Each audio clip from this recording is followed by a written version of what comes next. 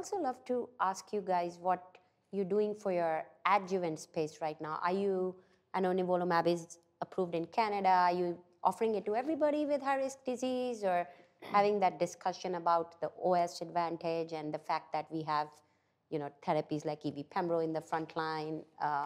Right. I mean, I think it's a really good question. Right now, I'm following Checkmate 274. We do have an approval across the board. I know in Europe, it's for PD-L1 high only, but we're approved for all patients who really meet criteria, who have residual disease after neoadjuvant. As I mentioned, I give everybody neoadjuvant for the most part. I think this idea that we have the DFS but not OS is an important one to delve into a little bit. I think for a patient, 10 months of being in a cured state, I think there's relevance to that, and I don't think we capture that appropriately with all our scales, all our quality of life measures. I think it's a big deal. I think it's a little different than PFS in the metastatic setting, right? So for me, I think a 10-month improvement is important, and on that basis, I'm comfortable giving adjuvant. Your second question is also important. What about frontline EV-pembro? I think I would feel comfortable if a patient has finished nivolumab 6 months ago and then they have metastatic disease later. I'd be comfortable giving EV plus pembrolizumab. I feel that there's a component of definite additivity, maybe synergy, that makes me want to give those two drugs together. Now, if the nivolumab had ended 3 months earlier, then it starts to get a little bit more dicey. I'm not sure I'm adding that much. And it'll also depend on how our approvals will come down ultimately in terms of funding approvals. Yeah.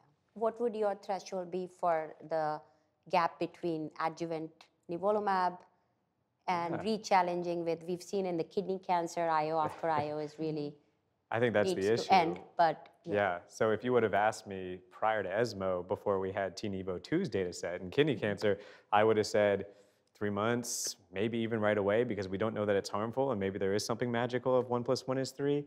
Now I'm more hesitant. I think probably 6 months sounds about right, but we certainly don't know, and I would just be throwing out a number that I can't put any confidence behind. But I think patient in clinic tomorrow, maybe about 6 months.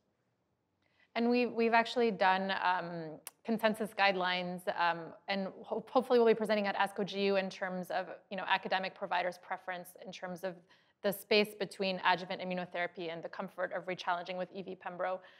I agree with the synergy. I mean, I feel like I've seen patients even that were in the metastatic setting on avelumab that I ended up switching to EV-pembro that had really phenomenal second line. Yes, really good responses. So again, that's anecdotal, but I think there's definitely something there. Yeah, and I think all these trials reading out soon will really help us understand. And if EV-pembro moves to the neoadjuvant setting, it will really become a moot point, and we'll see platinums come back in the second line. Right. Are you using platinums in second line right now?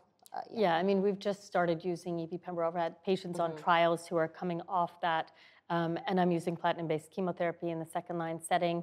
I'm tending to use split dose.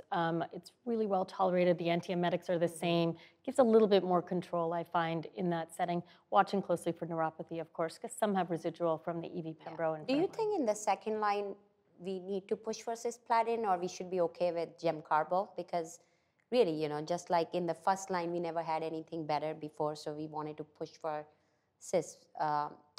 What do you think about looking at all the data across trials, I feel generally cisplatin is a little bit better than carbo. So if I can get the cisplatin to patients, I'd certainly like to try. I kind of use a step-down approach that, I'll do split dose, and then if they don't tolerate that, then I'll go to carbo. I feel like I'm doing something instead of going straight to gem carbo. And I think we need other options in the second-line setting as well.